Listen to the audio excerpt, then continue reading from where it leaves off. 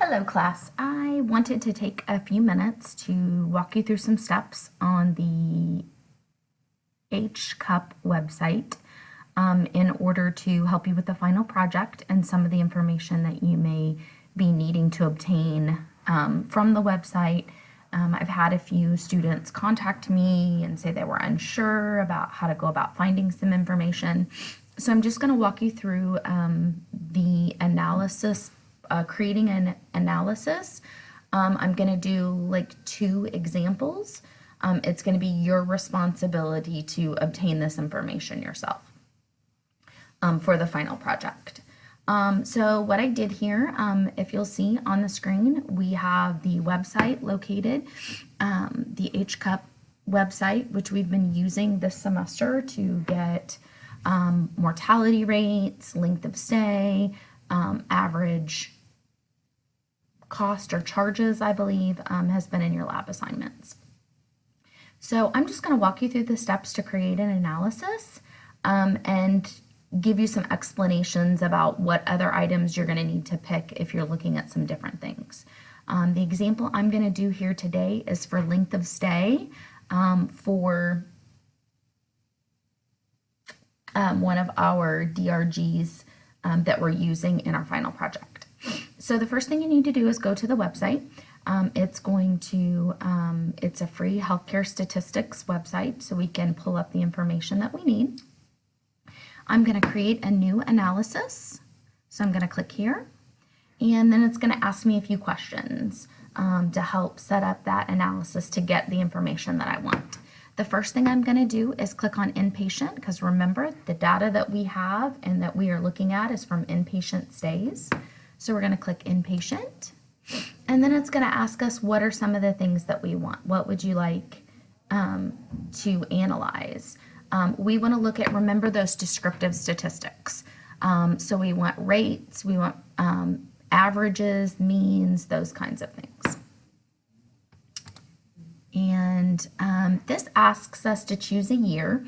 If you remember, in our lab exercises, we're typically looking at like 2011, 2012. What I would suggest for your project is to look at the most recent year's data. But if for some reason you choose to look at a later year data, you need to specify that, the year that you're making that comparison to in your final project. So we're going to go 2015. That's already here, but if you see, it gives us a pop-up box and lets us choose different years.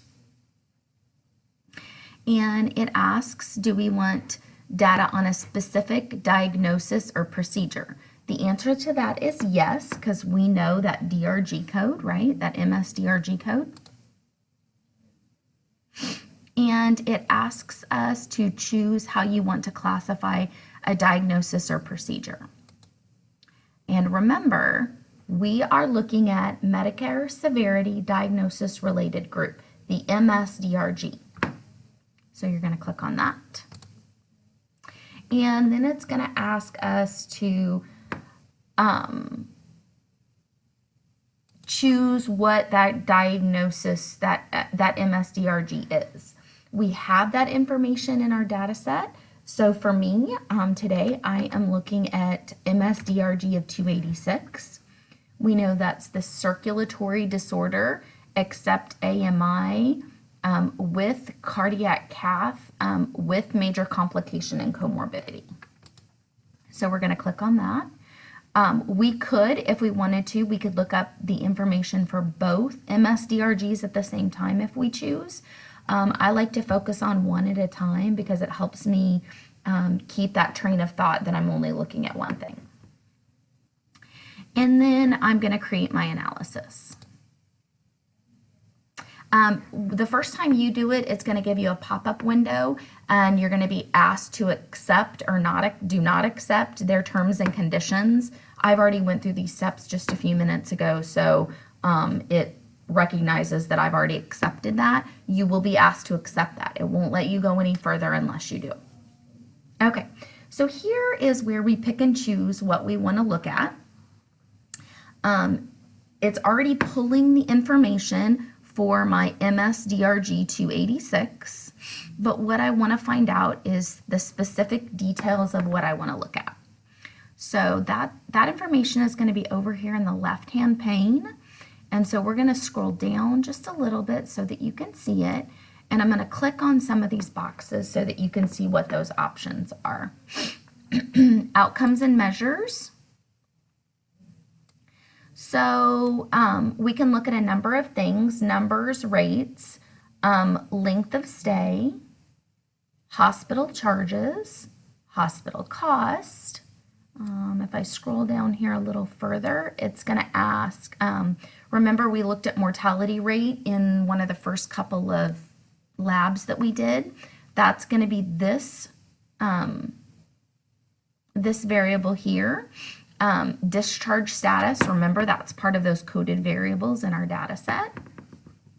And it also has an indicator for readmissions, and that's it in that box. So what I'm going to look at is length of stay. So I'm going to click length of stay, and I'm going to scroll on down, and it asks for patient characteristics. This is the other part that's extremely important. We can look at age groups. We can look at average age. We can look at sex, so males versus females. But what's extremely important to make sure that you click on any analysis that you do is the payer. The payer is going to break the information down to all discharges, so all patients with that MSDRG, and patients with Medicare, Medicaid, private insurance, no insurance. For this data set and for what we're doing throughout this entire textbook and all of our labs, we're always looking at those Medicare patients. So we want to know when it gives us our output what that average length of stay is for our Medicare patients. So there we're clicking payer, and we can continue to scroll on down. And there's some other characteristics that we can look at. Those aren't really going to pertain to what you're specifically looking at. So the two boxes that I showed you, those are the ones that you're going to need to pay the most attention to. So here I'm going to click the submit request, and then it's going to populate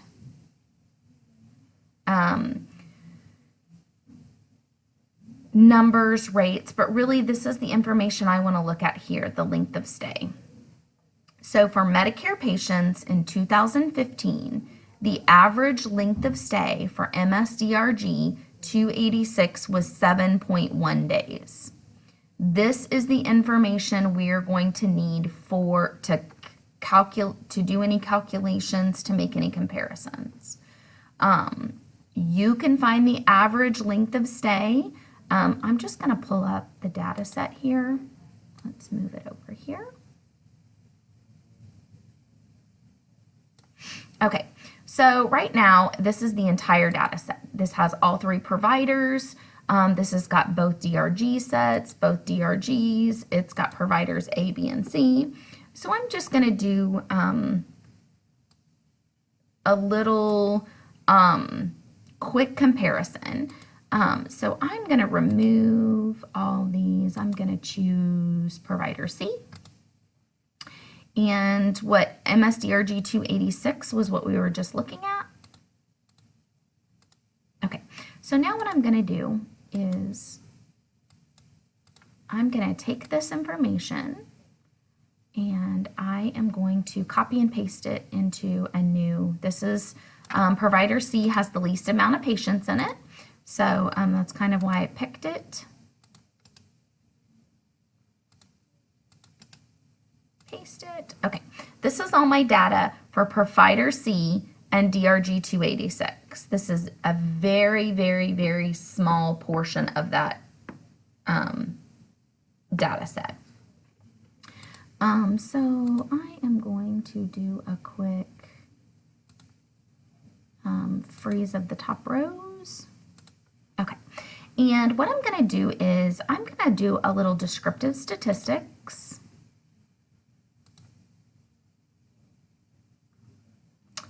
On my DRG 286 length of stay. Now remember, the MSDRG, or the data set that we just pulled from the HCUP website said that the data that they have on file for all providers that have submitted information is 7.1. I want this to populate right here. I do have my label in the first row, and I'm going to click all this information so it gives me everything I want. Okay, so I'm going to click OK, and there's my output. So we're looking at, like I said, that national average length of stay, and I'm looking at my provider's length of stay. So my provider's length of stay is 5.5. That national average is 7.1. So just on that visualization, I think, oh man, we must be doing something right because our average length of stay is only 5.5 days, where that national average is 7.1. That's something, again, that we need to do a little bit more investigation on to see. As we can see, our sample size is extremely small. This is an extremely small sample size. And we know that that information that comes from the HCUP website is an extremely large database. It's a lot of patients. So that's why if I were wanting to make this comparison, I would do a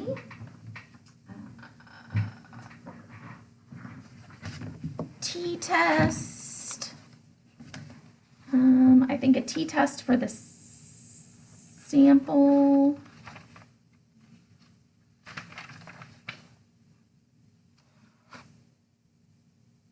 Yeah, we would calculate a t-test where we would take our average length of stay and subtract that from the national, that US rate, that 7.1. And then you would divide that by the standard deviation. Here's your information for the standard deviation. And divided by the square root of the count, the number of patients in your data set.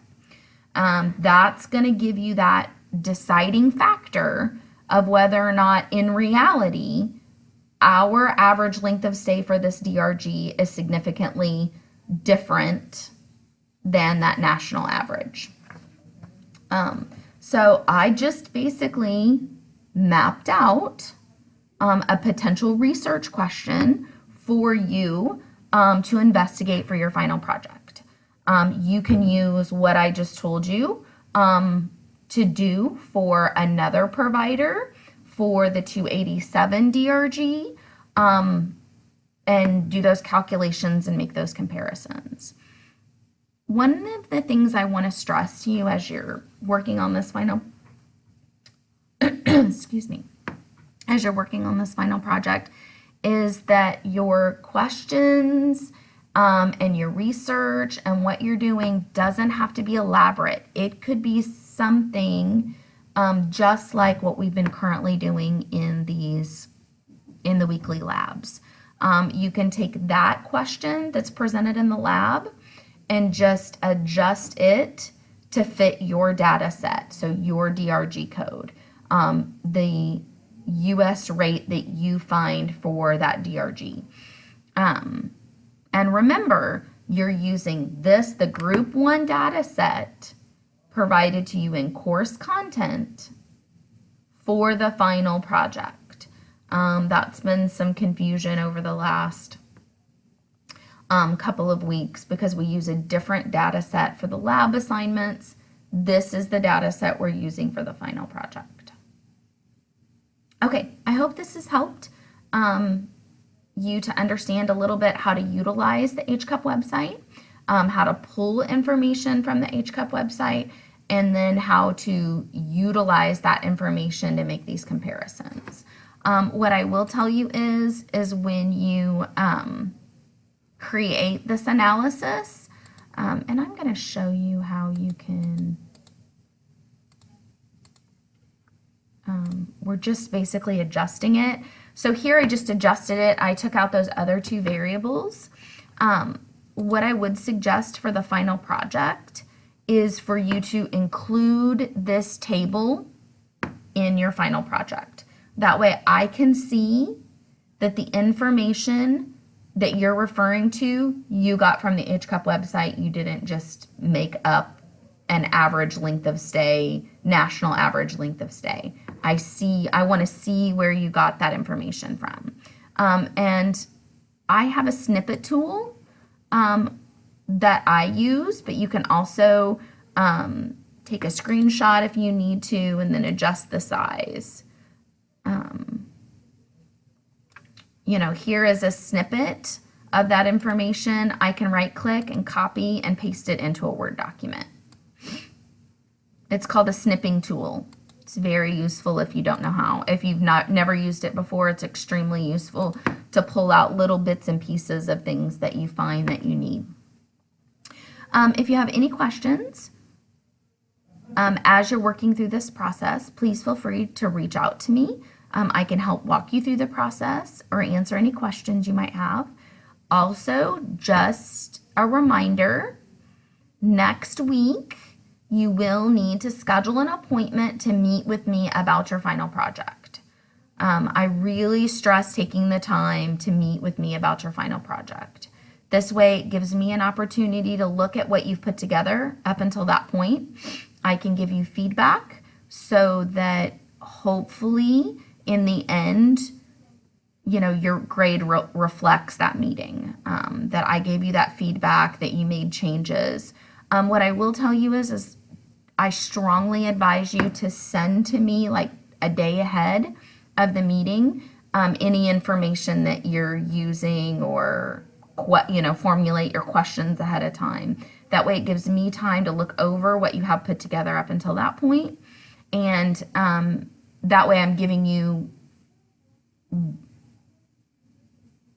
a more comprehensive feedback on what you're planning to provide. Again, start thinking about scheduling that appointment with me and putting some of that information together. If you've done the weekly research assignments that we've had done, over the last probably 4 to 6 weeks, that should mean you're in a good position to start putting that information together. Be sure to look at the feedback I provided. If you submitted those assignments, I submitted feedback to you, use that feedback.